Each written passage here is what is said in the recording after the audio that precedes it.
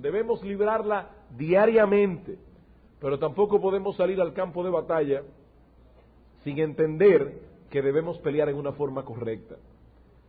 Y precisamente los dos puntos que veremos en el mensaje de esta noche es, en primer lugar, la realidad de esta lucha espiritual, versículo 18, y en segundo lugar, la forma correcta de luchar, en el versículo 19 y 20, aunque esta noche solamente veremos una parte de ese segundo punto, la otra parte la veremos el domingo próximo. Así que veamos en primer lugar, hermanos, la realidad de esta lucha espiritual. Dice el apóstol Pablo en el versículo 18, este mandamiento, hijo Timoteo, te encargo, para que conforme a las profecías que se hicieron antes en cuanto a ti, milites por ellas la buena milicia.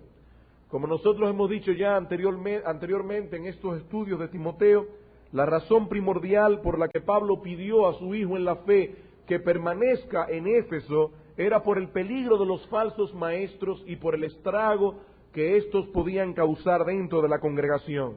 Y ahora en el texto que tenemos por delante, el apóstol Pablo vuelve a retomar el tema del cual se había apartado. Recuerden que en el domingo pasado vimos una pequeña digresión que el apóstol Pablo hace en el contexto del capítulo 1, en los versículos 12 al 17, para hablar de lo que ha sido su propio ministerio. Luego de esa breve digresión, el apóstol Pablo vuelve ahora a retomar el tema que habían iniciado al principio del capítulo 1.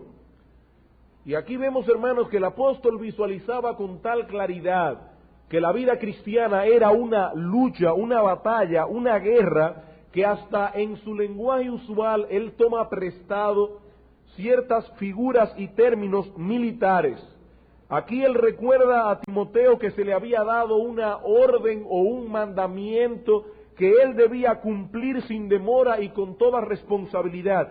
Y la palabra mandamiento que aparece allí significa, o es un término que se usaba en ese tiempo dentro de las filas militares.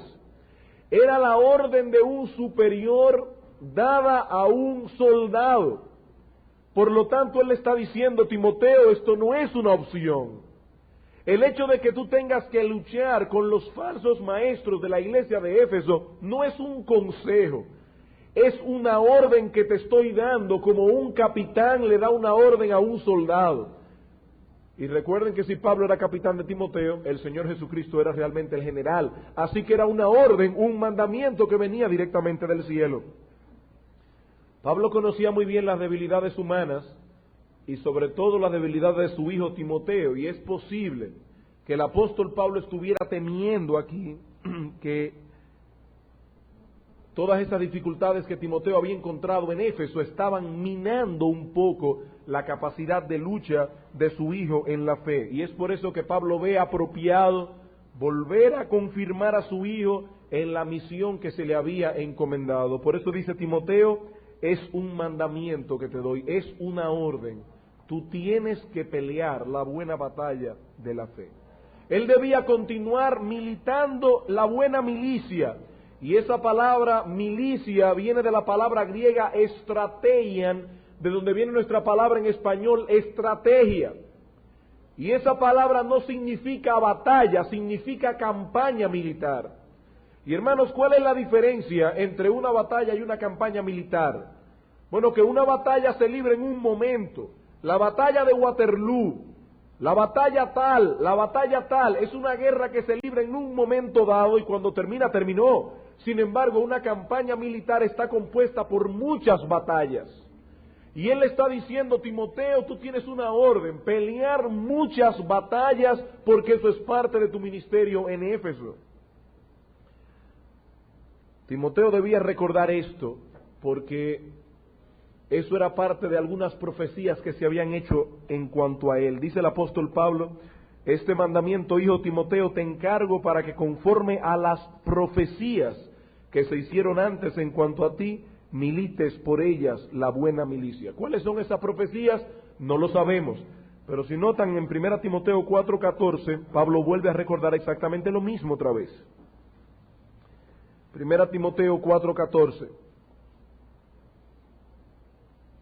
No descuides el don que hay en ti, que te fue dado mediante profecía, otra vez, con la imposición de las manos del presbiterio. No sabemos exactamente a qué tipo de profecía se refiere Pablo aquí, pero indudablemente por el contexto podemos entender que fueron algunas declaraciones proféticas que se hicieron en cuanto al futuro ministerio de Timoteo. Dice el doctor Hendrickson, comentando este pasaje, estas declaraciones proféticas anteriores podrían haber sido probablemente de la siguiente naturaleza. Señalaban a Timoteo para un servicio especial en el reino de Dios, resumían sus deberes, predecían sus sufrimientos y lo confortaban con la promesa de la ayuda divina en sus tribulaciones.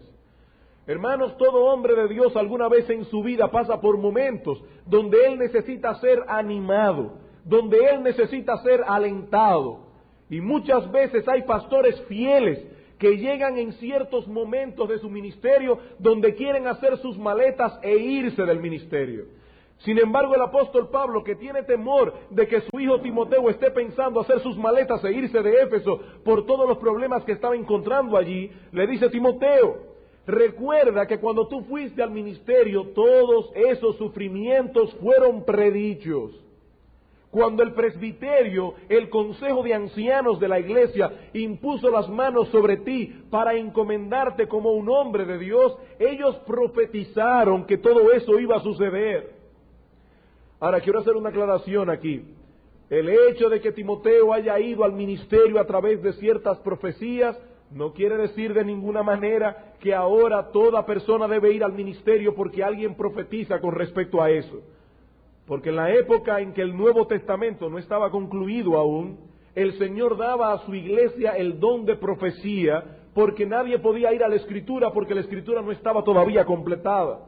Y aún en el tiempo en que la Escritura estuvo completada, no estaba todavía en las manos de todos los creyentes. Era extraño o no era inusual que un creyente tuviera una Biblia en sus manos en esa época. No había imprenta, eran escritas a mano. Y es por esa razón que en las iglesias habían profetas. Esos profetas declaraban cuál era la voluntad expresa de Dios con respecto a ciertos asuntos. Hoy tenemos el Nuevo Testamento completo y no necesitamos profetas.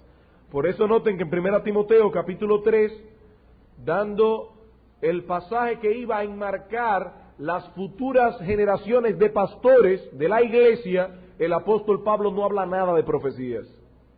Él dice aquí: palabra fiel, si alguno anhela el obispado, buena obra desea, pero es necesario que el obispo sea irreprensible, marido de una sola mujer, etcétera, etcétera, un texto que estudiaremos más adelante. Pero noten que aquí no dice: pero es necesario que alguien profetice sobre ese pastor. Es necesario que se levante algún profeta y confirme proféticamente que ese individuo está llamado al ministerio. Eso no lo dice el texto. ¿Y por qué no lo dice el texto? Porque el hecho de que Timoteo fuera llamado proféticamente al ministerio no era algo usual. Esa no iba a ser la norma futura de la iglesia. Las profecías iban a cesar, el Nuevo Testamento sería completado y la iglesia debía elegir a sus pastores de acuerdo al patrón establecido en el Nuevo Testamento. Timoteo debía actuar como un soldado en medio de una larga guerra. Pero hermanos, yo me pregunto, ¿acaso no es esa la imagen que presenta la Biblia de todo creyente?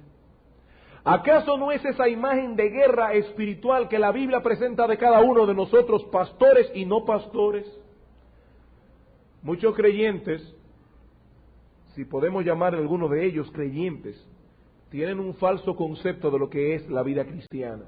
Ellos vienen al Señor creyendo que la vida cristiana es un camino de rosas, donde todo es emocionante y donde todo es una tremenda felicidad. Pero hermanos, la Biblia no presenta una imagen así de la vida cristiana. Hay otros que se acercan un poco más a la figura correcta de la vida cristiana y piensan en ella como si fuera una batalla. Es decir, una batalla que todo creyente debe librar, pero que va a llegar un momento en que va a obtener la victoria final y a partir de ese momento todo será éxito, éxito, éxito. Y los culpables de esa mala concepción son esos personajes que aparecen en la televisión dando testimonio. Yo tenía problemas en mi vida hasta que después de ser cristiano tuve un encuentro fabuloso con el Señor y a partir de ese momento mi vida cristiana es una completa felicidad. Mi vida va de victoria en victoria y a uno le da la impresión de que esas personas son como la flor de loto. Así como el agua resbala por la flor de loto, en las tentaciones y los problemas resbalan por la vida de esta persona. No los afectan, son personas que no tienen lucha. Hermanos, grábense esto, los únicos que no tienen lucha son los inconversos en el sentido espiritual. Si usted no tiene lucha en su vida cristiana, es por el simple hecho de que usted no es cristiano. Porque la vida cristiana no es una batalla, la vida cristiana es una campaña. Y recuerden que hemos dicho que la diferencia es que la campaña está compuesta de muchas batallas. Y estaremos peleando hasta que lleguemos al cielo. Por eso Pablo le dice a Timoteo, pelea la buena campaña, no le dijo la buena batalla. Porque esta vida que estamos viviendo es una vida que está compuesta de muchas guerras, de muchas guerras. Quizás ganamos una hoy, pero eso no nos garantiza que mañana no tendremos otra peor. Algunos hermanos se tambalean un poco en su fe porque dicen, yo no entiendo mi vida cristiana. Para mí hacer mi devocional es una lucha. Levantarme diariamente por la mañana una hora estipulada y leer la Escritura es una lucha. Hermano, créeme, para mí también es una lucha. Me voy a ir un poco más lejos. No solamente es una lucha levantarme a la hora estipulada para hacer el devocional, sino que aun cuando logramos levantarnos a la hora que habíamos acordado con el Señor para hacer nuestro tiempo de devoción, es una lucha mantener nuestra mente fija en la palabra de Dios. Porque es en esos momentos devocionales donde comenzamos a recordar que no hemos pagado la luz. Es en esos momentos devocionales cuando el diablo comienza a traer a nuestra mente una serie de pensamientos que nos distraen. Que nadie piense que en esta vida cristiana se puede avanzar un solo paso sin lucha. Por eso el Señor Jesucristo, cuando habló de lo que era la decisión por Cristo, lo puso muy claro en Lucas capítulo 14. Él dice, ¿qué rey sale a la batalla para pelear con otro rey si primero no calcula si su ejército está dispuesto a enfrentarse con aquel? Él presentó la vida cristiana como una guerra. Y esa figura era la figura favorita del apóstol Pablo en casi todas sus epístolas. En Romanos capítulo 15, versículo 30, dice el apóstol Pablo, os ruego que me ayudéis orando por mí a Dios. Y la palabra ayudar en el original es, os ruego que luchéis juntamente conmigo, orando por mí a Dios. Es una lucha espiritual. En 2 Corintios capítulo 10, versículos 3 y 4, dice el apóstol Pablo, aunque vivimos en la carne, no militamos según la carne, porque las armas de nuestras milicias no son carnales, sino poderosas en Dios para la destrucción de fortaleza. Las armas de nuestra milicia. En Efesios capítulo 6, versículo 10 al 18, tenemos ahí la armadura, no de los pastores, la armadura del cristiano. Una armadura que, por cierto, solamente defiende la parte de adelante, porque se supone que el cristiano no huye como un cobarde, por eso no le protegen la parte de atrás. Solamente es una armadura para el frente, y la debe usar todo creyente. En Filipenses capítulo 2, versículo 25, el apóstol Pablo llama a Epafrodito mi compañero de milicia. Y en 2 Timoteo capítulo 2, versículo 3 y 4 dice el apóstol Pablo, ninguno que milita se enreda en los negocios de la vida a fin de agradar a aquel que lo tomó por soldado. Y le dice a Timoteo, tú pues, hijo mío, sufre penalidades como un buen soldado de Jesucristo. Esa es la vida cristiana. Dice el apóstol Pedro en 1 de Pedro capítulo 2, versículo 11, os ruego que os abstengáis de los deseos carnales que batallan contra el alma.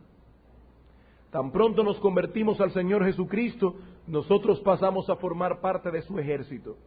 Y eso significa que a partir de este momento tenemos como nuestro más enconado enemigo a Satanás. ¿Qué dice Efesios 6:12? Nuestra lucha no es contra sangre y carne. Hermana que tienes un esposo inconverso, la Biblia dice que nuestra lucha no es contra sangre y carne. No es contra tu esposo que estás peleando, es contra el diablo. Y no olvides eso. porque uno de los trucos favoritos del diablo es precisamente ocultarse en cierta carne y sangre para que nos olvidemos que él es el enemigo. Dice Pablo, nuestra lucha es contra principados, contra potestades, contra huestes espirituales de maldad en las regiones celestes. Y él luchará incansable y perseverantemente contra todo lo que pueda significar un avance para la obra de Dios. Y hermanos, es necesario que el creyente tenga conciencia de la realidad de esa lucha. Es necesario que el creyente posea una visión realista de la vida cristiana. Que entienda que aquí, en este peregrinaje terrenal, el cristiano no avanza un paso sin que tenga que luchar por él. Un paso, por más pequeño que sea. Y si alguno está pensando aquí que eso es porque usted es nuevo en la fe y que a medida que vaya creciendo seguramente va a ser tan maduro que ya no va a tener lucha, déjeme decirle que en este camino, cada vez que se avanza, el camino se pone más empinado y más difícil de subir. El diablo precisamente ataca más a los que van más alto, porque sabe que si hiere al capitán los soldados se desbalancean. A medida que se crece en este negocio, más problemas tenemos con el diablo, y más difícil es el camino, y más piedras nos encontramos, más obstáculos, y más empinado se vuelve la cuesta. Ahora bien, no solamente es necesario que nosotros tengamos conciencia de que la vida cristiana es una lucha, sino que también es necesario que nosotros luchemos bien, luchemos en una forma adecuada. Y en el resto del texto nosotros veremos 3 consejos que da el apóstol Pablo, o que podemos inferir del texto, de cómo luchar en una forma correcta, en una forma adecuada. Hoy veremos solamente 2, el domingo próximo veremos el 3er consejo del apóstol Pablo. Timoteo tenía una lucha que librar contra los falsos maestros y contra su propia corrupción. Nosotros también tenemos la nuestra, pero debemos pelear correctamente. Pregunta, ¿y cómo se lucha correctamente? 3 cosas. En primer lugar, dice Pablo, manteniendo una doctrina sana. En primer lugar, manteniendo una doctrina sana. Dice el versículo 19, manteniendo la fe. Si Timoteo quería luchar correctamente, debía poner atención especial a la doctrina en la que basaba su propia vida cristiana y la doctrina que él enseñaba a los hermanos de la iglesia. Hay que hacer aquí la aclaración de que cuando el Nuevo Testamento usa la palabra fe, la usa en 2 sentidos. Puede ser en un sentido subjetivo, y en ese caso se refiere a nuestra confianza en Dios, pero también puede ser usado la palabra fe en un sentido objetivo, y en ese aspecto significa el conjunto de doctrina que nosotros debemos creer. Y yo creo personalmente, y otros comentaristas también, que la palabra fe ahí está usada en un sentido objetivo. Por ejemplo, en el libro de Judas, en el único capítulo que tiene, en el versículo 3 dice el apóstol Judas que él creyó necesario aconsejar a los hermanos de la iglesia que lucharan ardientemente por la fe que ha sido una vez dada a los santos. Ahí no se refiere a luchar por nuestra confianza en Dios, sino por ese conjunto de doctrina que ha sido revelado a través de los apóstoles. Es en ese sentido que el apóstol Pablo usa la palabra fe aquí. Un capitán puede hacer que sus soldados pierdan la guerra si no les provee la información necesaria para pelear. Si nosotros vamos a luchar en esta milicia, debemos en primer lugar tener información correcta acerca del enemigo con el cual nos estamos enfrentando. En segundo lugar, debemos tener información adecuada acerca del terreno en el cual estamos peleando. Y en tercer lugar, tenemos que tener información adecuada acerca de los recursos que tenemos para pelear. Entonces la información es importante para pelear bien. Dice Pablo a Timoteo, cuida la fe, cuida la doctrina. Por eso es que vemos en las epístolas pastorales un énfasis constante en la preocupación de Pablo por el mantenimiento de la sana doctrina y de la correcta enseñanza. En el capítulo 1, en los versículos 3 al 5, Pablo dice, Timoteo, por eso te dejé en Éfeso, para que enseñaras a algunos a que no enseñen diversas doctrinas. En el capítulo 3, capítulo 3, versículo 2, Dice el apóstol Pablo que uno de los requisitos esenciales para que una persona sea elegida como pastor es que sea apto para enseñar. En el capítulo 3, versículo 9, hablando de los diáconos, dice que guarden el misterio de la fe con limpia conciencia. En el capítulo 3, versículo 15, dice Pablo: te escribo para que si tardo sepas cómo debes conducirte en la casa de Dios, que es la iglesia del Dios viviente, columna y baluarte de la verdad. En el capítulo 4, versículo 6, hablando de los apóstatas del futuro, dice Pablo: si esto enseñas a los hermanos, serás un buen ministro de Jesucristo, nutridos con la palabra de la fe. En el capítulo 4, versículo 13, entre tanto que voy, ocúpate en la lectura, la exhortación y la enseñanza. En el capítulo 4, versículo 16, ten cuidado de ti mismo y de la doctrina. En el capítulo 6, versículo 5, Pablo habla de apartarse de los falsos maestros. Versículo 5 al final: apártate de los tales. Y en el capítulo 6, versículo 20 al 21, oh Timoteo, guarda lo que se te ha encomendado, evitando las profanas pláticas sobre cosas vanas y los argumentos de la falsamente llamada ciencia, la cual, profesando algunos, se desviaron de la fe. Eso fue solamente un recuento rápido de la importancia que le da el apóstol Pablo en una sola de sus epístolas con respecto a la enseñanza de la buena doctrina. Y debo recordar aquí que la preocupación de Pablo no era meramente intelectual. No era que él quería que la iglesia de Éfeso fuese reconocida dentro de las demás iglesias como una iglesia fundamental. No. El apóstol Pablo estaba preocupado por la doctrina de la iglesia de Éfeso, porque él sabía que solo una buena doctrina podía proveer la base para una vida cristiana correcta. Por eso en el capítulo 1, versículo 5, dice Pablo a Timoteo: yo te ordené que frenaras a los falsos maestros, y el propósito de este mandamiento es el amor. Las falsas doctrinas no promueven el amor. Las falsas doctrinas no promueven la unidad dentro de la iglesia. Las falsas doctrinas no promueven las características que son propias de un cristiano. Solamente la ortodoxia puede llevar a la ortopraxis. Solamente una doctrina correcta puede llevar a una práctica cristiana correcta. Muchas veces no resulta muy popular la defensa de la buena doctrina. Pero si Timoteo quería luchar bien, debía mantenerse apegado a la correcta enseñanza de la palabra de Dios, sin importarle el costo que eso pudiera tener en su vida personal. De ahí el énfasis que estamos poniendo los pastores de esta iglesia en que los hermanos de nuestra congregación no solamente conozcan las doctrinas que nosotros creemos en nuestra iglesia, sino también que tengan base bíblica para apoyarla. Ustedes van a perdonarme la voz en el día de hoy, pero no tengo más voz que la que estoy tratando de desarrollar. No solamente es importante que nosotros sepamos qué es lo que creemos, es importante que cada hermano de la iglesia que quiera pelear bien la batalla de la fe, sepa cuál es la base bíblica de lo que nosotros creemos, para que no tenga la famosa fe del carbonero. Al carbonero, aquel que le preguntaron: ¿qué es lo que tú crees? Él dijo: no, yo creo todo lo que mi iglesia cree.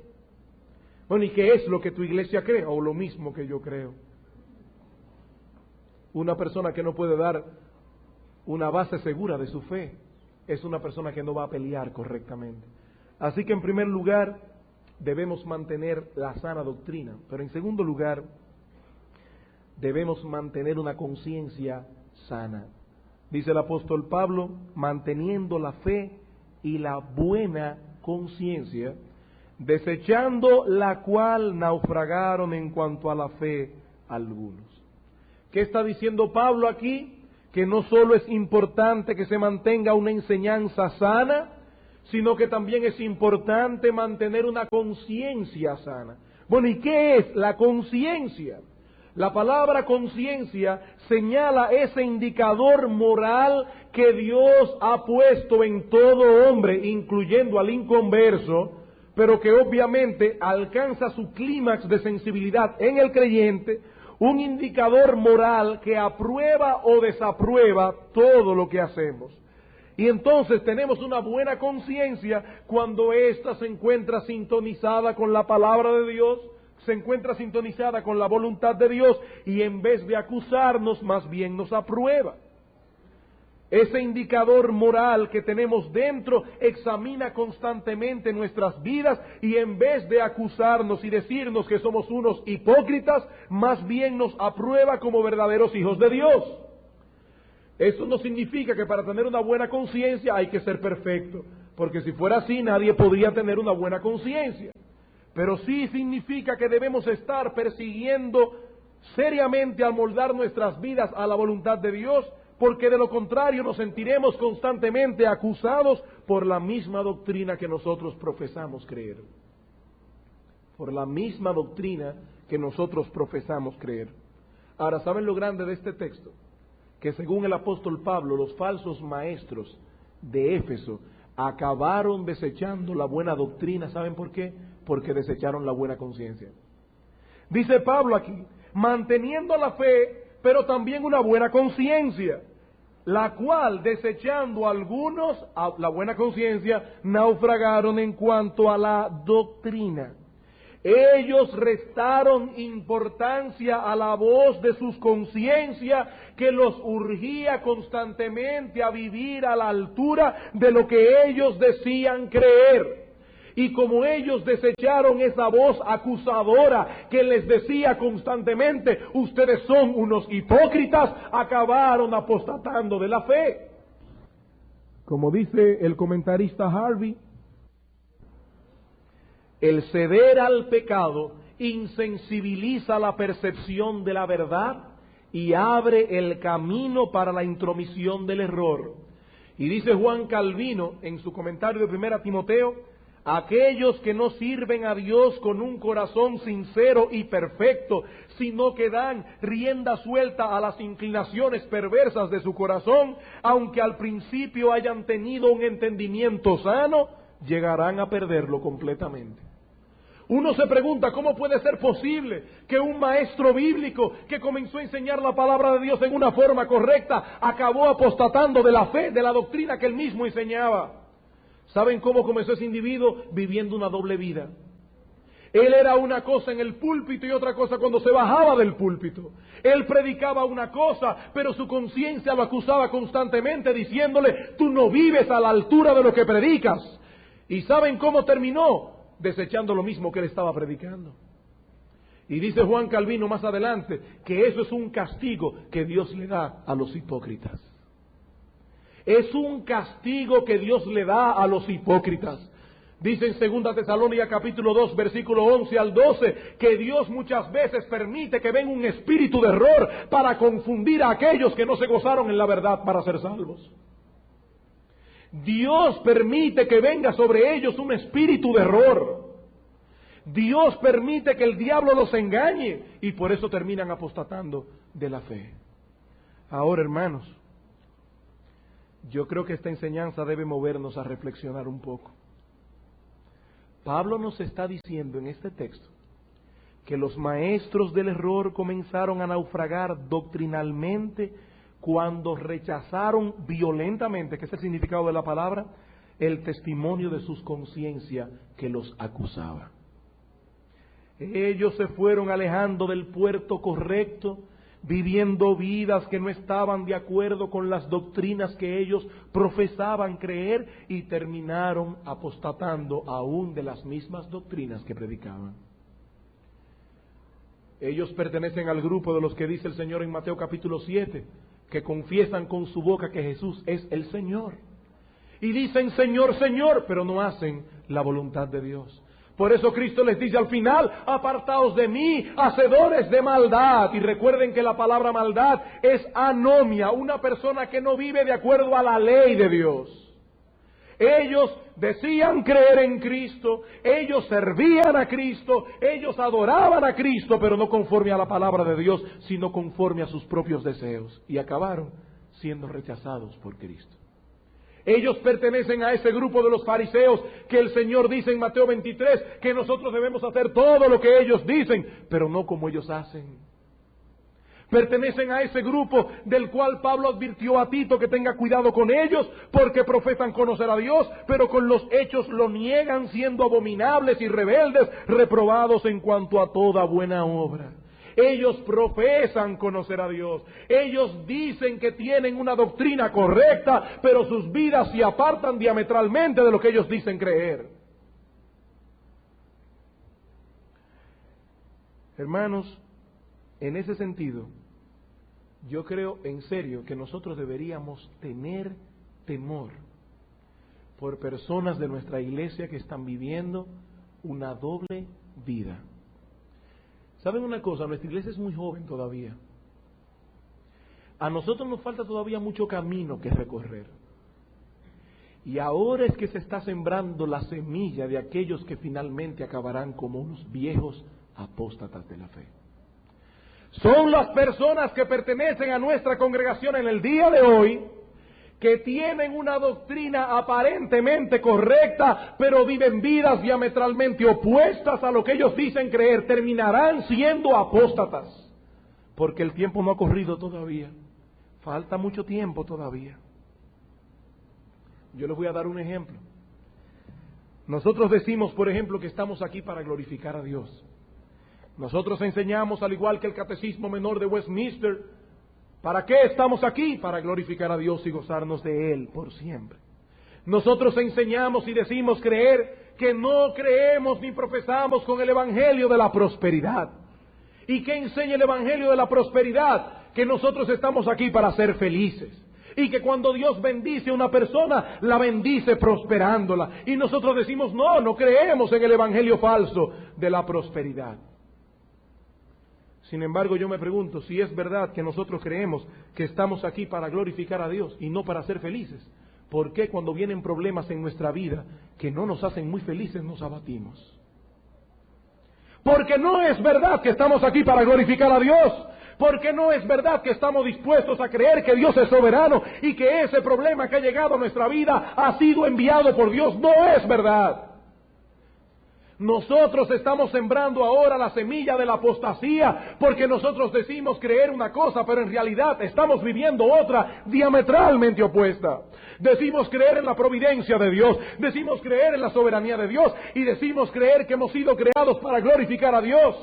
Pero cuando viene el momento de la prueba, en vez de glorificar a Dios, en esa situación nos abatimos, porque en realidad lo que nosotros creemos es que estamos aquí para ser felices. Hay una dicotomía en nuestra vida. Dice Warren Wiersbe, hablando de los predicadores de la prosperidad, los predicadores de la prosperidad nos presentan una imagen distorsionada de Dios, del Salvador, de la fe cristiana y también de la iglesia. De acuerdo con ellos, la iglesia de Jesucristo es una reunión de personas felices que disfrutan de la vida. De acuerdo con mi Biblia, dice Wiersbe, la iglesia es una reunión de personas quebrantadas que buscan la santidad ante Dios y ser ayuda para un mundo necesitado. Eso es lo que dice mi Biblia. Nos congregamos no para escapar de la vida, sino para equiparnos mejor como soldados que somos y alentarnos para enfrentar sus cargas y batallas.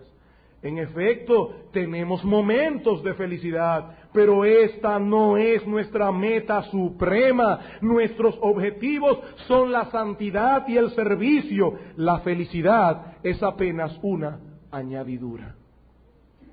Yo estoy seguro que aquí todos cuando leen eso dicen amén, eso es cierto. Pero en el momento que tenemos que demostrar con nuestra vida que esto realmente es cierto, no estamos dispuestos a tanto. Somos unos dicótomos. Decimos creer una cosa, pero en realidad estamos viviendo otra completamente diferente. ¿Y qué tenemos aquí? Una generación de cristianos tensos. Todo el tiempo tenemos problemas. Todo el tiempo estamos abatidos. Todo el tiempo estamos luchando por la depresión, porque no es verdad que nosotros creemos que estamos aquí para glorificar a Dios. Nosotros hemos creído desde que éramos inconversos que estamos aquí para ser felices. Y hermanos, créanme, estamos sembrando la semilla de los que serán los viejos apóstatas de nuestra iglesia dentro de 20 o 30 años, si el Señor no ha venido antes. Si Timoteo pretendía luchar correctamente en esta milicia, no solo debía continuar apegado a las doctrinas que Pablo le había enseñado, también era necesario que su vida fuera un reflejo exacto de lo que él profesaba creer. Pablo dice: Timoteo, pelea la buena milicia, pero recuerda, manteniendo la fe y una buena conciencia. Una conciencia que no te esté acusando, una conciencia que no te diga que tú eres un hipócrita, que dices creer una cosa pero vives otra diametralmente opuesta. Porque si desechas la buena conciencia, dice Pablo, naufragarás tú también en lo que corresponde a la fe. ¿Cómo debemos pelear correctamente entonces? En primer lugar, manteniendo una sana doctrina. En segundo lugar, manteniendo una buena conciencia. En tercer lugar, manteniendo una iglesia sana. Esto lo veremos el domingo próximo, pero dice el apóstol Pablo en el versículo 20, de los cuales son Himeneo y Alejandro, a quienes entregué a Satanás para que aprendan a no blasfemar. Y ahí Pablo está hablando de lo que es la excomunión del cuerpo de Cristo de aquellos que no están viviendo a la altura de lo que creen. Dice Pablo, hay que tener una sana doctrina, hay que tener una sana conciencia, pero hay que mantener la iglesia sana. ¿Saben por qué? Porque, hermanos, en esta milicia la iglesia es el cuartel general. Y este cuartel hay que mantenerlo en regla, hay que mantenerlo en orden. Y los hermanos o los miembros de ellas que no se acaten a la orden del general, que es nuestro Señor Jesucristo, debe ser excomulgado. Pero eso lo veremos, como digo, el domingo próximo. Hermanos, en conclusión, todos nosotros estamos peleando en esta guerra, querrámoslo o no. Si hemos venido al Señor Jesucristo para que sea nuestro Salvador y nuestro Señor, también hemos venido a formar parte de ese ejército celestial. Y deberíamos examinarnos a la luz de este pasaje para ver si realmente estamos peleando bien. Déjame hacerte algunas cuantas preguntas. Hermano, ¿qué tan consciente tú estás de que cada vez que te levantas de la cama, cada día que te levantas de tu cama, es para ir a luchar en un campo de batalla? ¿Cuán consciente estás de eso? O déjame hacerte otra pregunta. ¿Qué tan involucrado estás tú en esta buena milicia?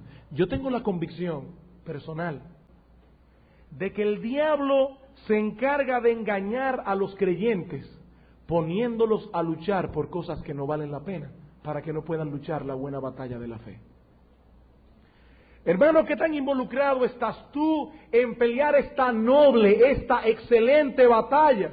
¿O estás más preocupado por luchar por cosas que son realmente mezquinas? ¿O estás tan preocupado por luchar por tu prestigio, por tu fama, por tu comodidad, por tu progreso económico, que no tienes tiempo ni quieres invertir tu dinero en el reino de Dios? ¿Cómo tú sabes si estás involucrado en esta lucha en una forma correcta? Es muy fácil de saberlo. ¿Qué tanto tiempo inviertes tú en luchar en el reino de Dios? ¿Qué tanto dinero inviertes tú en el reino de Dios en vez de invertirlo en tus negocios? ¿Sabías tú, hermano, que muchos soldados que están peleando en esta guerra, en el campo de batalla, están mal pasando por falta de dinero? ¿En qué estás invirtiendo tú? ¿En el reino de Dios o en tus negocios? ¿En qué estás invirtiendo tu tiempo? ¿En qué estás invirtiendo tus talentos, los dones y las capacidades que Dios te ha dado? Porque solo esta lucha puede ser calificada de noble o excelente. Las otras, créemelo, no valen la pena. Y cuando lleguemos al tribunal de Cristo, nos vamos a apenar del tiempo que perdimos luchando por estupideces. No es necesario que nosotros seamos perfectos para tener una conciencia sana, pero sí es necesario que nosotros estemos libres de hipocresías. Debemos estar conscientemente involucrados en mantener una vida de piedad y en vivir a la altura de la doctrina que nosotros profesamos creer. Recuerden que nosotros decíamos el domingo pasado que los falsos maestros de Éfeso comenzaron viviendo una dicotomía entre las doctrinas que ellos profesaban con su boca y la vida que ellos estaban viviendo.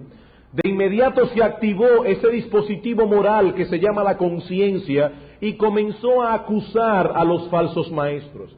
Pero estos, en vez de hacer caso a la voz de la conciencia, la rechazaron, comenzaron a frenar esa voz que los acusaba y terminaron apostatando de la fe. Si Timoteo quería mantenerse en pie de lucha en esta buena milicia, debía mantener en alto las doctrinas del Evangelio, pero también debía vivir a la altura de las doctrinas que profesaba creer, porque de lo contrario terminaría siendo un apóstata más. Eso fue todo lo que vimos el domingo pasado. Si queremos luchar bien, debemos mantener una doctrina sana, debemos mantener una conciencia sana, pero ahora vemos en tercer lugar que debemos mantener una iglesia sana, y eso es todo lo que veremos en esta noche. Versículo 20, dice el apóstol Pablo, que esos que naufragaron en cuanto a la fe, tenemos a dos cabecillas principales, Himeneo y Alejandro, a quienes entregué a Satanás para que aprendan a no blasfemar. Hasta este momento, el apóstol Pablo había estado refiriéndose a los maestros del error sin nombrar ninguno específicamente. Sin embargo, en este versículo 20 nosotros vemos a dos cabecillas del error en Éfeso, que son Himeneo y Alejandro. El nombre de Himeneo aparece otra vez en 2 Timoteo capítulo 2, versículo 17, solo que esta vez está relacionado con otro hereje.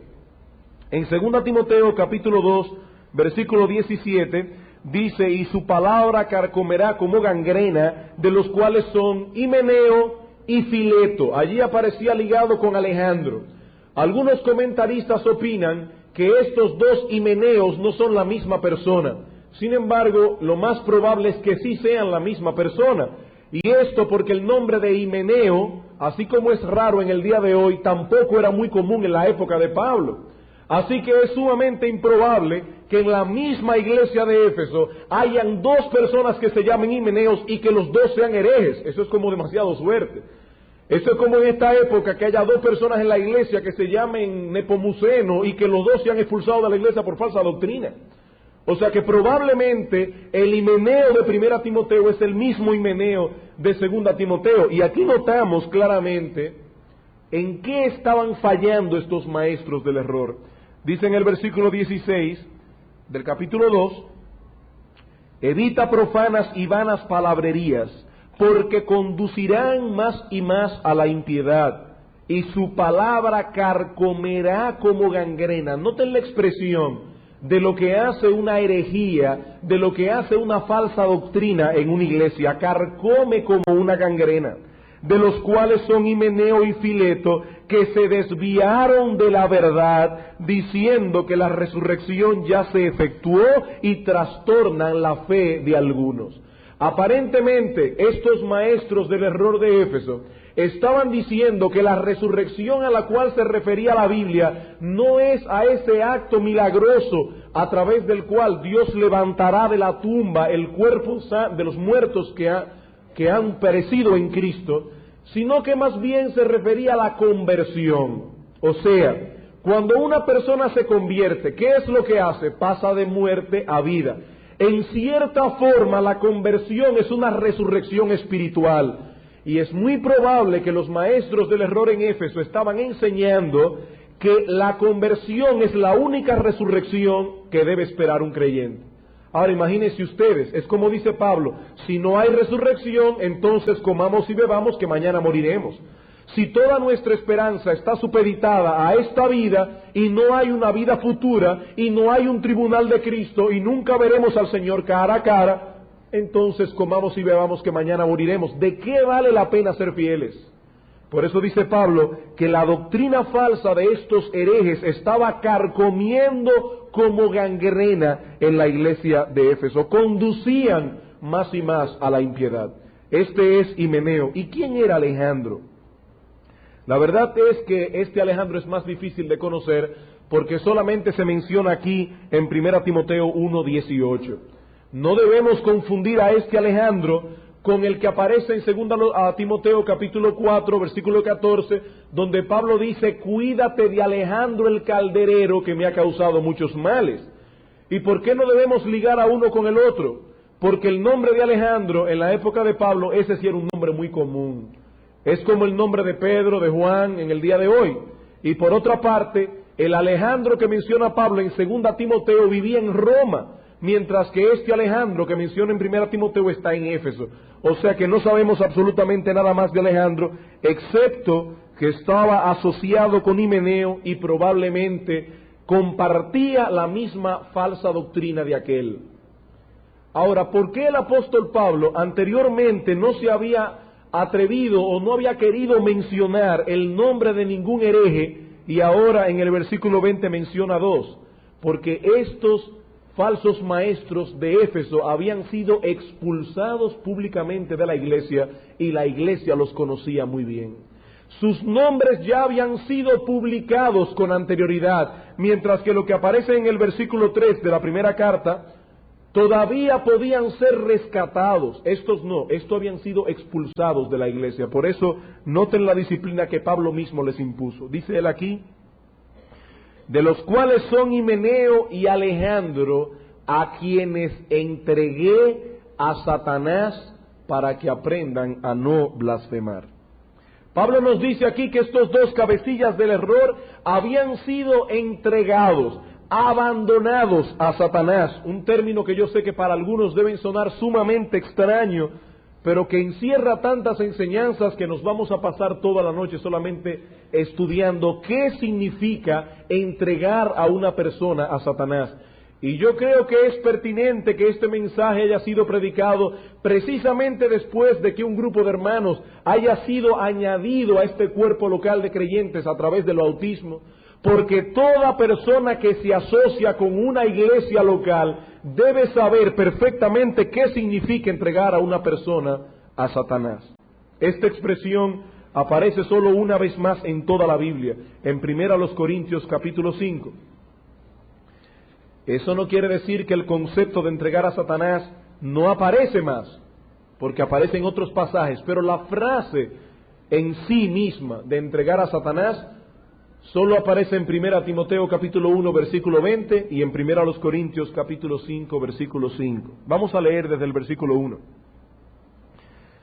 De cierto se oye que hay entre vosotros fornicación, y tal fornicación que ni aun se nombra entre los gentiles, tanto que alguno tiene la mujer de su padre. Es decir, había un individuo en la iglesia de Corinto que estaba manteniendo relaciones íntimas con su madrastra, no con su madre, sino con la esposa de su padre, es decir, su madrastra. Y vosotros estáis envanecidos. ¿No deberíais más bien haberos lamentado para que fuese quitado de en medio de vosotros el que cometió tal acción? Ciertamente yo, como ausente en cuerpo, pero presente en espíritu, ya como presente he juzgado al que tal cosa ha hecho. En el nombre de nuestro Señor Jesucristo, reunidos vosotros y mi espíritu con el poder de nuestro Señor Jesucristo, el tal sea entregado a Satanás para destrucción de la carne, a fin de que el espíritu sea salvo en el día del Señor. Nosotros básicamente veremos esta noche lo siguiente: ¿qué significa entregar a Satanás a una persona? En segundo lugar, veremos algunos ejemplos bíblicos de hombres que fueron entregados a Satanás. Y en tercer lugar, nosotros sacaremos algunas aplicaciones prácticas de este término, o de este texto que estamos estudiando. La palabra entregar, que aparece en ambos textos, en 1 Timoteo y en 1 Corintios, significa literalmente abandonar a una persona. Por ejemplo, en Hechos capítulo 15, versículo 26, hablando de Pablo y Bernabé, se nos dice que ellos expusieron sus vidas por causa del Evangelio. Y la palabra que aparece en Hechos 15, 26, de exponer la vida, es exactamente la misma palabra que aparece aquí: entregar a Satanás. Es exponer a Satanás, abandonar a una persona a Satanás. Debemos recordar, hermanos, que de acuerdo con la Escritura, en 1 de Juan, capítulo 5, versículo 19, el mundo entero está entregado a Satanás. Dice la Biblia que el mundo entero está bajo el maligno. Y la palabra bajo el maligno es la misma palabra que aparece en Lucas capítulo 2, cuando dice que los pastores llegaron al lugar donde estaba Cristo y lo encontraron envuelto en pañales.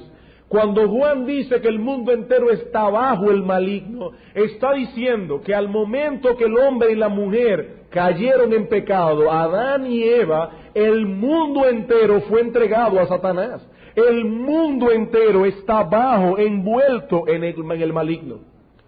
Así que si nosotros decimos que alguien es entregado o abandonado a Satanás, estamos diciendo o estamos implicando que tal persona se encontraba de una forma u otra bajo la protección divina antes de ser abandonado al diablo. Nosotros no podríamos decir que un inconverso ha sido entregado a Satanás. Nosotros no podemos entregar a Satanás a un inconverso porque ese inconverso ya ha sido entregado a Satanás. Él ya está entregado a Satanás. Se entrega a Satanás una persona que de una forma u otra estaba anteriormente bajo la protección divina, pero de repente ha sido abandonado por Dios. Por tanto, entonces, ¿qué significa ser entregado o abandonado a Satanás? Significa sencillamente ser expulsado de esa esfera de protección divina, la cual, de acuerdo con la Escritura, se encuentra dentro del pueblo de Dios. Significa ser expulsado de esa esfera de protección divina, la cual, de acuerdo con la Escritura, solo se encuentra dentro del pueblo de Dios. En el Antiguo Testamento se encontraba dentro del pueblo de Israel. Israel no había sido entregado a Satanás. En el Nuevo Testamento se encuentra dentro de la iglesia, la cual hace como una especie de sombrilla protectora sobre todos aquellos que se amparan debajo de sus alas. Entregar a Satanás a una persona que se encuentra dentro de esa sombrilla protectora es expulsarla fuera de esa esfera de protección divina. De hecho, nosotros vemos, inclusive en el Antiguo Testamento aún más claro que en el Nuevo, que aún los inconversos que estaban dentro del pueblo de Dios eran partícipes en cierto grado de esa protección. Los israelitas que pertenecían al pueblo de Dios, cuando Dios envió las 10 plagas a Egipto, muchos de ellos, a pesar de ser judíos de raza, no lo eran de corazón, eran incrédulos y la mayoría de ellos pereció en el desierto. Sin embargo, ¿qué sucedió con el pueblo de Israel cuando Dios envió las plagas a Egipto? Que el pueblo de Israel no fue tocado, creyentes e incrédulos del pueblo de Israel. ¿Por qué? Porque el simple hecho de pertenecer al pueblo de Israel ya los amparaba dentro de esa esfera de protección divina. Cuando alguien es excluido de esa protección, entonces queda expuesto a Satanás. Esta expresión, por lo tanto, hace referencia a ese conocido proceso que nosotros encontramos en Mateo 18. Mateo capítulo 18 se nos habla de cómo debemos tratar con una persona que, perteneciendo a la iglesia local, que siendo miembro de la iglesia comienza a vivir en una vida pecaminosa. En Mateo capítulo 18, versículos 15 al 17 se nos dice qué debemos hacer con ese miembro. Por tanto, dice el Señor Jesucristo, si tu hermano peca contra ti, ve y repréndele estando tú y él solos. Si te oyere, has ganado a tu hermano. Mas, si no te oyere, toma aún contigo a 1 o 2, para que en boca de 2 o 3 testigos conste toda palabra. Si no lo oyere a ellos, dilo a la iglesia, y si no oyere a la iglesia, tenle por gentil o publicano. Es decir, considera a ese individuo como un inconverso, como un pagano, y exclúyelo inmediatamente de la iglesia. Cuando esa persona es excluida de la iglesia, es entregada a Satanás. Dice el doctor MacArthur, hablando de este texto, la instrucción a la iglesia en 1 Timoteo 1:20 de entregar a Himeneo y Alejandro a Satanás indica que ellos estuvieron bajo la sombrilla de protección por su asociación con la iglesia, ya que esta, es decir, la iglesia, es el objeto del cuidado, el amor y la bendición de Dios. La iglesia se encuentra aislada y protegida. El proceso disciplinario de la iglesia culmina con la expulsión de ese miembro pecador fuera de esa protección, dejándolo expuesto entonces a Satanás. Eso es entregar a Satanás. Y en la Escritura nosotros encontramos ciertos ejemplos de personas a quienes le sucedió eso, y yo creo que sus historias pueden ser sumamente aleccionadoras y deben servirnos de enseñanza de lo que significa y de lo que implica en la vida de un ser humano ser entregado a Satanás. El primer ejemplo que tenemos en la Biblia de una persona que fue entregado a Satanás fue un justo, no fue una persona pecadora, y fue Job. La Biblia nos dice que Dios entregó a Job a Satanás. No porque Job estuviera en pecado, ya que Job era un hombre justo, pero Dios quería usar ese hecho para ayudar a Job en su vida espiritual y ayudarlo a ser un mejor creyente. Por eso al final del libro de Job nos dice la Biblia que este gran hombre de Dios dice: yo di oídas te había oído, pero ahora mis ojos te ven. A través de ese proceso tan terrible que este santo pasó, su comunión con Dios se estrechó aún más. ¿Y qué vemos en el capítulo 1 y 2 del libro de Job? Que Satanás se presenta delante de Dios y Dios le dice: ¿no has considerado a mi siervo Job, un hombre justo que no hay otro como él? Y Satanás le dice: claro, pero ¿sirve Job a Dios de balde? Tócale su vida y vas a ver cómo blasfema de Dios. ¿Y qué hizo Dios? Dios le dio permiso a Satanás para tocar los bienes materiales de Job.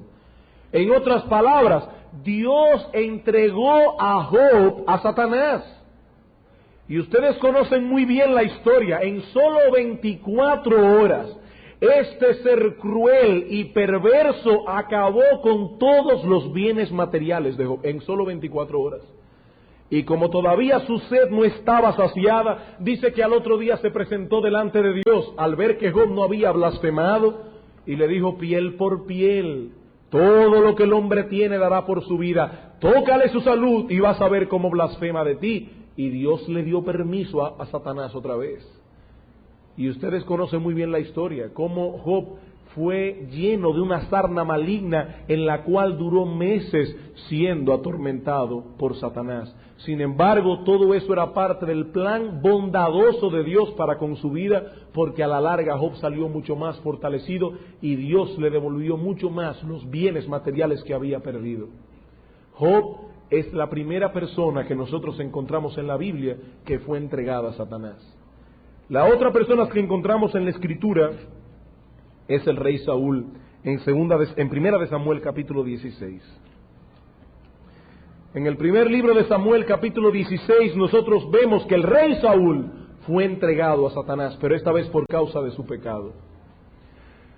Dice la Biblia que Dios había elegido a Samuel por rey en Israel. El primer rey que tuvo el pueblo de Israel fue Saúl.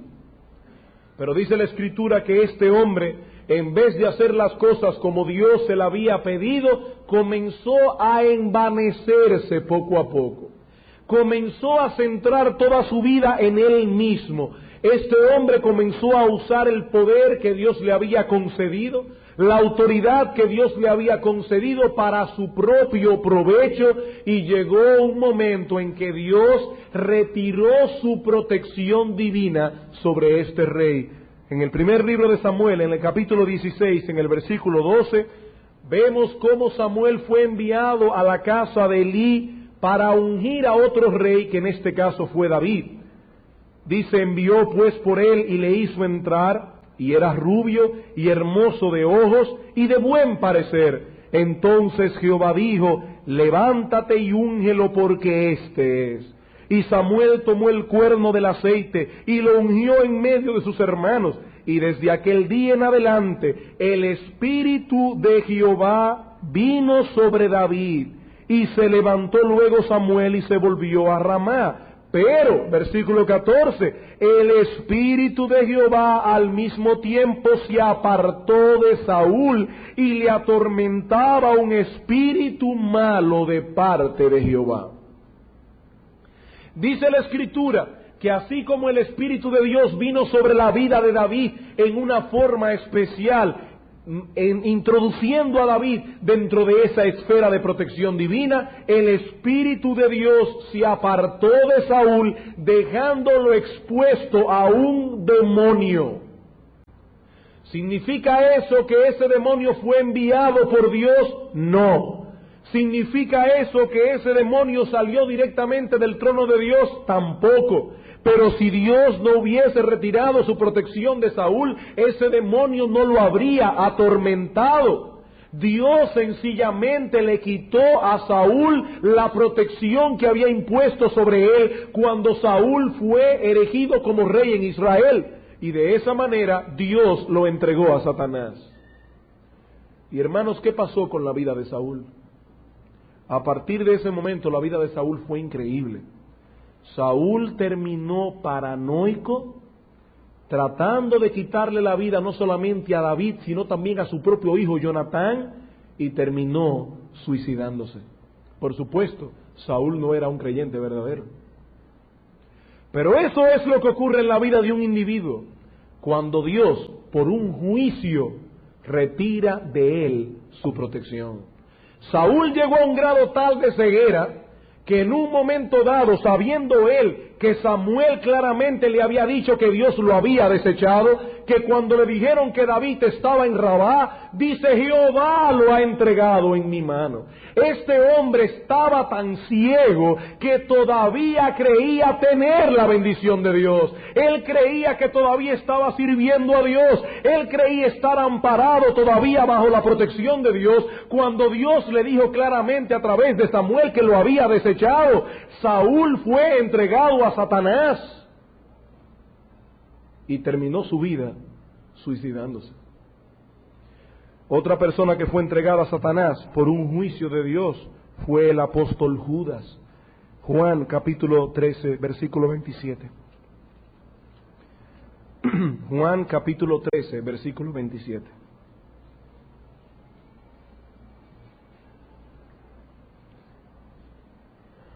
Dice la Escritura que Judas pasó probablemente unos 3 años con el Señor. Durante todo el tiempo que Judas permaneció al lado del Señor, en cierta forma hubo una protección con respecto a él, porque recuerden, hermanos, que Judas era del maligno desde el principio. Judas pertenecía a Satanás desde el principio, pero durante todo el tiempo que Judas permaneció cerca del Señor, hubo cierta protección hacia él, porque noten lo que dice el versículo 27. Después del bocado, Satanás entró en él. Y hermanos, esto es muy importante, esa declaración, porque Judas era inconverso. Judas era del maligno desde el principio. En Juan capítulo 7, el Señor dice claramente: ¿no os elegí yo a vosotros los 12 y uno de vosotros es diablo? O sea que Judas era del maligno desde el principio. Sin embargo, Satanás no pudo entrar en él hasta este momento, al final del ministerio del Señor. Y uno se pregunta ¿por qué? Porque durante todo el tiempo que Judas se mantuvo al lado del Señor, el Señor lo mantuvo bajo una protección divina. Pero en este momento ya Cristo sabía que con Judas no se podía hacer nada más. El Señor trató de que Judas llegara al arrepentimiento. Cuando dijo: uno de vosotros me va a entregar, era para que Judas dijera: Señor, perdóname. Pero Judas siguió adelante su plan. Y dice la Biblia: después del bocado, Satanás entró en él. Y entonces Jesús le dijo: lo que vas a hacer, hazlo más pronto. ¿Y cómo terminó su vida el apóstol Judas? Terminó vendiendo a Cristo por 30 monedas de plata y terminó ahorcándose en un árbol, suicidándose también. Otra persona que tenemos en la Biblia que fue entregada a Satanás es el ofensor de 1 Corintios capítulo 5, el texto que leímos anteriormente. 1 Corintios capítulo 5. Aquí tenemos a una persona que está viviendo en pecado. Un individuo que ha cometido tal fornicación, como dice Pablo, que ni en el mundo se nombra. Y sin embargo los hermanos de Corintio no habían querido tomar una acción disciplinaria contra esta persona. ¿Y qué dice el apóstol Pablo en el versículo 4? En el nombre de nuestro Señor Jesucristo, reunidos vosotros y mi espíritu con el poder de nuestro Señor Jesucristo, el tal sea entregado a Satanás para destrucción de la carne, a fin de que el espíritu sea salvo en el día del Señor. Noten algo. Aparentemente este ofensor de 1 Corintios era creyente. Porque el apóstol Pablo dice, para que su espíritu sea salvo en el día del Señor. Su alma no iba a ser tocada por el diablo, porque Dios tiene una restricción con respecto a Satanás. Él puede tocar nuestro cuerpo, pero no puede tocar nuestra alma. Pero el texto dice, el tal sea entregado para destrucción de la carne. ¿Qué significa eso? Significa sencillamente que cuando una persona es entregada a Satanás, y Dios retira su protección de esa persona, el diablo puede infligir no solamente grandes tormentos espirituales, sino también grandes tormentos físicos y llevar incluso a esa persona a la muerte. Infligir en esa persona graves enfermedades, y llevar en último caso a esa persona a la muerte. Hermanos, como podemos ver en estos ejemplos, la excomunión de un miembro del cuerpo de la iglesia expone a tal persona a un grave peligro. Tal persona ha salido de la protección de la iglesia y en ese sentido la Escritura nos dice que ha sido abandonado a Satanás. Saúl fue abandonado a Satanás y terminó cometiendo suicidio. Judas fue abandonado a Satanás y cometió la misma acción. Y el ofensor de 1 Corintios capítulo 5 fue entregado a Satanás, y dice el apóstol Pablo que estaba expuesto a que el diablo infligiera graves tormentos en esa persona, incluyendo enfermedades físicas. Aunque saben una cosa, es posible que el ofensor de 1 Corintios se haya arrepentido a causa de la disciplina y haya vuelto a la iglesia, porque en 2 Corintios el apóstol Pablo habla de un individuo que fue disciplinado y dice, recíbanlo en el Señor. O sea que aparentemente este individuo se arrepintió y la iglesia lo recibió de nuevo. De lo cual nosotros podemos aprender que la excomunión de un miembro del cuerpo no necesariamente es para siempre. Si esa persona se arrepiente y vuelve arrepentido al Señor, es admitido en la iglesia y vuelve a estar dentro de la esfera de la protección divina. Ahora, vamos a hacernos esta pregunta. ¿Qué lecciones prácticas nosotros podemos extraer de esta enseñanza de 1 Timoteo 1:20, de que una persona puede ser entregado a Satanás? ¿Qué lecciones prácticas nosotros podemos derivar de todo esto? Lo primero que yo veo aquí, hermanos, es la importancia que Dios da a la disciplina en la iglesia. La importancia que Dios da a la disciplina en la iglesia. En esta milicia que nosotros nos encontramos luchando, la iglesia es el cuartel general. Y dice el apóstol Pablo, Timoteo, pelea la buena milicia, manteniendo la doctrina sana, manteniendo la conciencia sana, pero manteniendo la iglesia sana.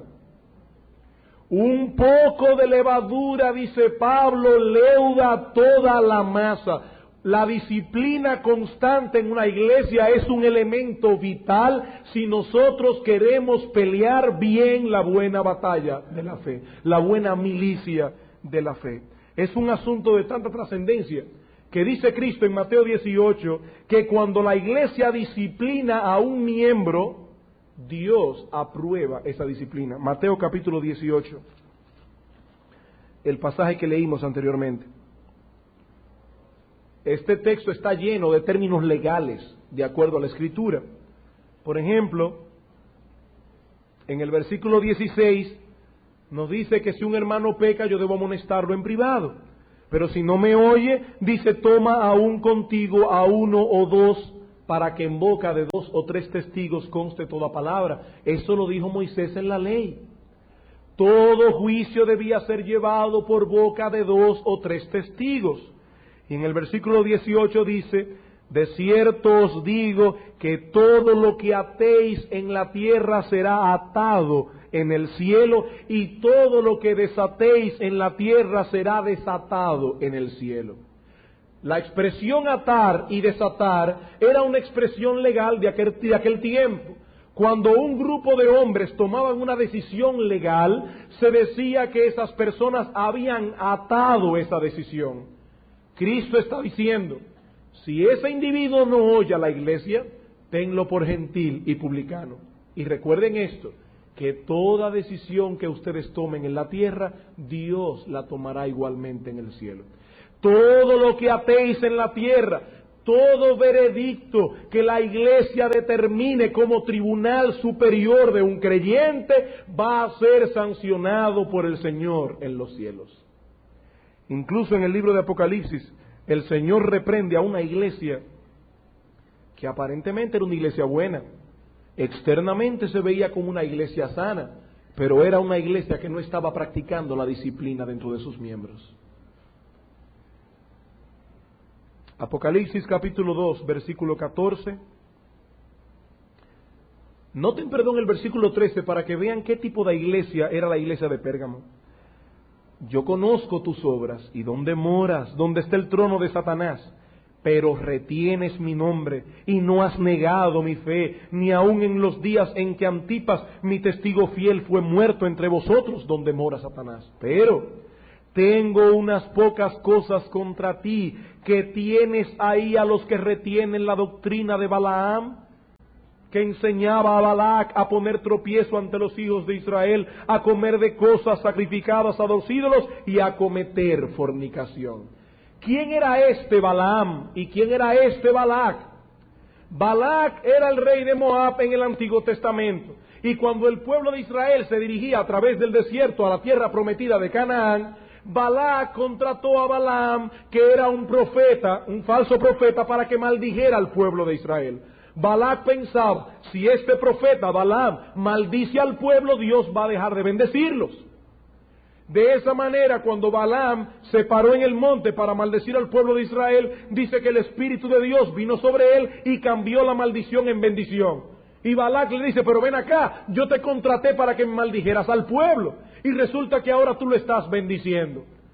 Lo pagó otra vez y Balaam volvió de nuevo, y cuando iba a maldecir al pueblo, el Espíritu de Dios vino sobre Balaam y volvió a bendecir a Israel. Después que pasó la historia, dice la Escritura que Balaam le dijo a Balac, ¿tú quieres realmente que Dios maldiga al pueblo de Israel?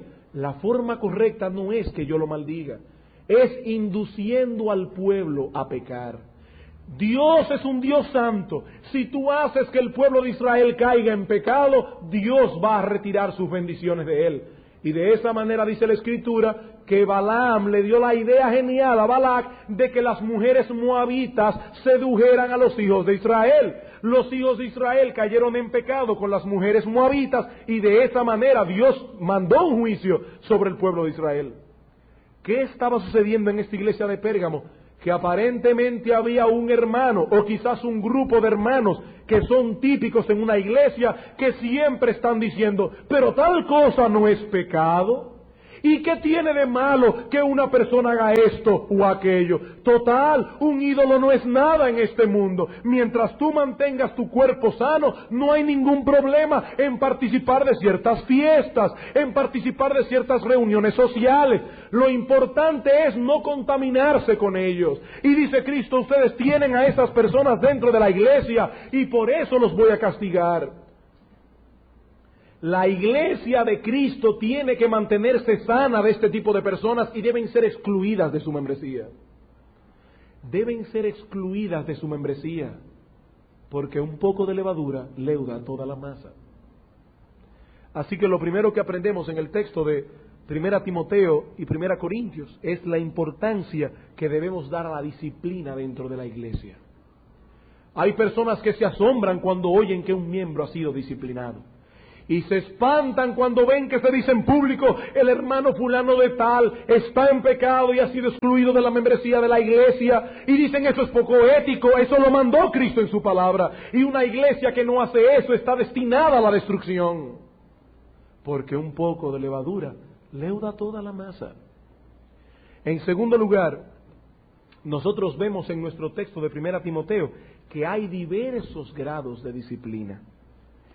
Noten que en 1 Timoteo 1, 3 al 5, el apóstol había dado instrucciones a su hijo en la fe de que tratara con estos maestros del error, prohibiéndoles que sigan enseñando. Dice en el versículo 3, como te rogué que te quedases en Éfeso cuando fui a Macedonia, para que mandases a algunos que no enseñen diferente doctrina, ni presten atención a fábulas y genealogías interminables, que acarrean disputas más bien que edificación de Dios, que es por fe, así te encargo ahora. A estos algunos que aparecen en 1 Timoteo 1:3, Timoteo debía mandarle que no sigan enseñando falsas doctrinas, pero a Himeneo y Alejandro lo entregaron a Satanás. ¿Por qué? Porque indudablemente el grado de deterioro de Himeneo y Alejandro era mayor. Y la disciplina que aplica la iglesia debe estar de acuerdo con el pecado del ofensor. Eso lo vemos también en Mateo capítulo 18. Déjenme hacer una aclaración con respecto a Mateo 18. Yo quiero que vayan allí, por favor. Pero antes de leer el texto, quiero hacer una aclaración. Hermanos, no todos los procesos disciplinarios pasan por Mateo 18. No todos. Vamos a suponer, por ejemplo, y perdonen que sea un poquito claro en este sentido, pero vamos a suponer que una hermana de la iglesia cae en pecado sexual y queda embarazada. Ya amonestar a esa hermana no tiene sentido, porque ya el daño está hecho. Esa hermana no puede aparecerse impunemente en la iglesia. Bueno, ella se arrepintió, sí, ella se arrepintió, pero su pecado ha tenido consecuencias públicas y por lo tanto debe ser disciplinada públicamente. Si verdaderamente está arrepentida, no tiene por qué ser excluida de la membresía de la iglesia, pero mientras tanto, todos sus privilegios como miembro han sido quitados. Esa hermana ha sido disciplinada. Ya no vale la pena seguir todo este proceso, el daño ya está causado. O vamos a suponer que a un hermano de la iglesia se le acuse de ladrón, y que un tribunal humano, vamos a suponer que es un impío que acusa al hermano de ladrón y lo lleva a tribunales, y en el tribunal se comprueba que ese hermano verdaderamente robó, que es un ladrón. Ahí no hay que seguir el proceso de Mateo 18, ya eso está claro, ese individuo debe ser excluido de la iglesia. Pero en casi todos los procesos disciplinarios, Mateo 18 debe ser seguido. Estos ejemplos que yo he dado son las, ¿cómo se llaman? Las excepciones que confirman las reglas. ¿Cuál es entonces el proceso que debe llevar una iglesia en una disciplina a un hermano que peca? Dice el versículo 15. Por tanto, si tu hermano peca contra ti, ve y repréndele estando tú y él solos. Bueno, pero si no fue contra mí, hermanos, el contra ti de este texto no debe ser tomado tan literalmente como si el pecado tiene que ser necesariamente contra mí. Desde que un hermano peca ya entra el proceso de Mateo 18 si yo sé que ha pecado. Ve y repréndele estando tú y él solos. Tú no tienes derecho a llamar a nadie para contarle acerca de la falta de este hermano. Tu deber es amonestarlo solo, en privado. Si te oyere, has ganado a tu hermano. Vamos a suponer que el hermano dice, wow, es verdad, yo he pecado. Entonces ganaste a tu hermano. Aunque déjeme hacer otra aclaración aquí.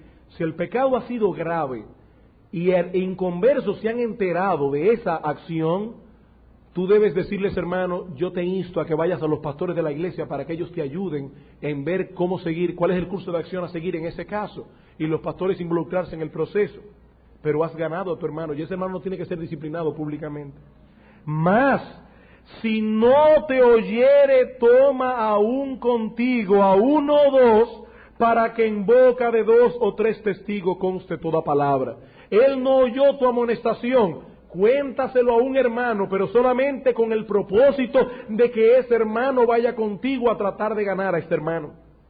Pero si no lo oyere a ellos, dilo a la iglesia. Es decir, se le dice a este hermano, bueno, como tú no quieres entrar en razón, nosotros vamos a llevar este caso a los pastores de la iglesia para que los pastores se encarguen de llevar el caso a la iglesia. Y se le dice a la iglesia, el hermano fulano de tal ha sido amonestado por algunos hermanos y ese hermano no quiere entrar en razón. Eso hace que la iglesia completa se involucre en la tarea de tratar de ganar al hermano. Noten todos los pasos que el Señor está dando para evitar llegar hasta el fin. Ahora, ¿qué sucede si después de decírselo a la iglesia y la iglesia involucrada con este hermano, ese hermano no entra en razón? Dice Cristo, si no oyere a la iglesia, tenle por gentil y publicano. Ese miembro debe ser excluido y al ser excluido es entregado a Satanás. Al ser excluido ese miembro ha quedado fuera de la protección que Dios tiene sobre su iglesia y ha sido abandonado a Satanás. Eso es lo que enseña la Escritura. Pero por otra parte, en tercer lugar, nosotros aprendemos en nuestro texto la seriedad de una expulsión. Hermanos, la iglesia debe tratar por todos los medios provistos por Dios para evitar que un hermano llegue a ser expulsado de la iglesia. Noten que yo no estoy diciendo los pastores deben tratar. Yo estoy diciendo la iglesia entera, compuesta por todos los hermanos, debe tratar por todos los medios provistos por Dios de que un hermano no llegue a ser excluido de la membresía. La iglesia de Cristo no es simplemente una especie de comunidad religiosa donde toda nuestra responsabilidad consiste en venir a los cultos a adorar al Señor y escuchar un sermón. No. Se trata del cuerpo de Cristo al cual estamos unidos orgánicamente si somos cristianos, y ser excluidos de esa comunión acarrea consecuencias muy serias, muy serias. Por tanto, toda la iglesia debe involucrarse en el proceso.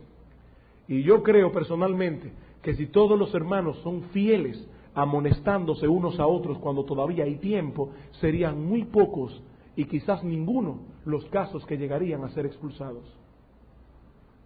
Serían muy pocos. Hermanos, cuando un creyente de la iglesia, cuando un miembro de la iglesia está comenzando un proceso de deterioro, hay ciertos síntomas iniciales que nos dan a entender que esa persona está cayendo en pecado. Y esos síntomas iniciales, a veces imperceptibles aún para la misma persona, deben ser un alerta rojo que de inmediato nos active a involucrarnos en amor con este hermano. Y eso es un deber que debe tener todo miembro de la iglesia local. Yo les voy a dar un ejemplo. Yo tengo la convicción de que el primer síntoma que tiene una persona cuando está comenzando un deterioro espiritual es que comienza a dejar de venir a la iglesia. Es el primer síntoma público que se manifiesta. Por supuesto, hay síntomas privados, pero de esos nadie se da cuenta. El individuo comienza a descuidarse en su devocional, comienza a descuidarse en su lectura bíblica, en su oración, en testificar. Pero hasta ahora nadie se ha dado cuenta porque eso es algo privado. Pero de repente este individuo comienza a dejar de venir a un culto. Comienza a dejar de venir a otro culto, sin ninguna causa justificada. Y permítanme, entre paréntesis, aclarar a qué yo llamo una causa justificada, porque hay hermanos que tú le dices, ¿por qué no viniste a la iglesia? Porque estaba muy cansado. Eso no es una causa justificada. Porque me dolía la cabeza. Eso no es una causa justificada. A menos que tengas una migraña que no te deje ver ni la luz, entonces sí es justificado. Entonces, si tú ves que un hermano está dejando de venir a la iglesia a cualquiera de sus cultos, por ejemplo, tú viste a algún hermano que no vino al culto del bautismo, por ejemplo, a estar con los hermanos que iban a dar testimonio público de su fe, eso es una falta grave. Tú debes involucrarte en saber por qué esa persona no ha venido a un culto de la iglesia y llamarlo a su casa y preguntarle, hermano, ¿qué está pasando? Puede ser que ese hermano haya estado enfermo, entonces necesita tu consolación. O puede ser que ese hermano haya comenzado un deterioro en su vida espiritual. ¿Y saben algo? Muchas veces esos hermanos creen que no se están deteriorando. No, yo dejé de venir a la iglesia, pero eso no fue nada raro. No, sí es algo raro. Es que a la iglesia no se debe faltar bajo ningún concepto. Eso es una falta grave. Y cuando un hermano no le da importancia a un culto de la iglesia, algo malo está pasando en la vida interna de esa persona. Y si tú te llamas amigo y hermano de esa persona, debes inmediatamente llegar a tu casa y llamarlo por teléfono. Si tú no lo haces, tú estás demostrando con ello que tú no amas a esa persona. Y a la larga va a llegar a un grado tal de deterioro que finalmente terminará perdiéndose. Hermanos, aquí solamente somos 5 pastores. Nosotros no podemos estar al tanto de quién está faltando o no a la iglesia, dando a entender con eso que algo está andando mal. pero ustedes tienen personas que los rodean. Todo el mundo está relacionado con alguien en la iglesia. ¿Sabe qué dice la Biblia? Que nosotros debemos velar los unos por los otros. ¿O estamos teniendo acaso la misma actitud que Caín? Que cuando Dios le dijo, Caín, ¿dónde está Abel? ¿Qué le respondió Caín? ¿Acaso soy yo guarda de mi hermano? Sí, tú eres guarda de tu hermano. Esos 60 hermanos que dieron testimonio público de tu fe son tu responsabilidad, no solamente de los pastores. Y yo me temo, hermanos, sinceramente, que para muchos la iglesia sea algo así como el negocio de los pastores. Ellos son los que están aquí para pararse a predicar. Yo simplemente vengo a escuchar la conferencia bíblica que se da. No, eso no es una iglesia, eso es un club. Eso no es una iglesia es un cuerpo donde los hermanos se cuidan mutuamente, donde todos deben entrar en este proceso disciplinario cuando ven que un hermano ha cometido una falta, en primer lugar amonestándolo en privado. Y si no te oye, llámate a 2 o 3. Estamos tratando de que ese individuo no sea entregado a Satanás, porque cuando sea excluido de la iglesia ha sido abandonado al diablo. Abandonado al diablo, y eso es grave. Eso es grave. Por eso dice el apóstol en Hebreos capítulo 3, versículo 13: amonéstense unos a otros entre tanto que se dice hoy. En otras palabras, entre tanto hay tiempo todavía para rescatar a este hermano, para que ninguno de vosotros se endurezca por el engaño del pecado.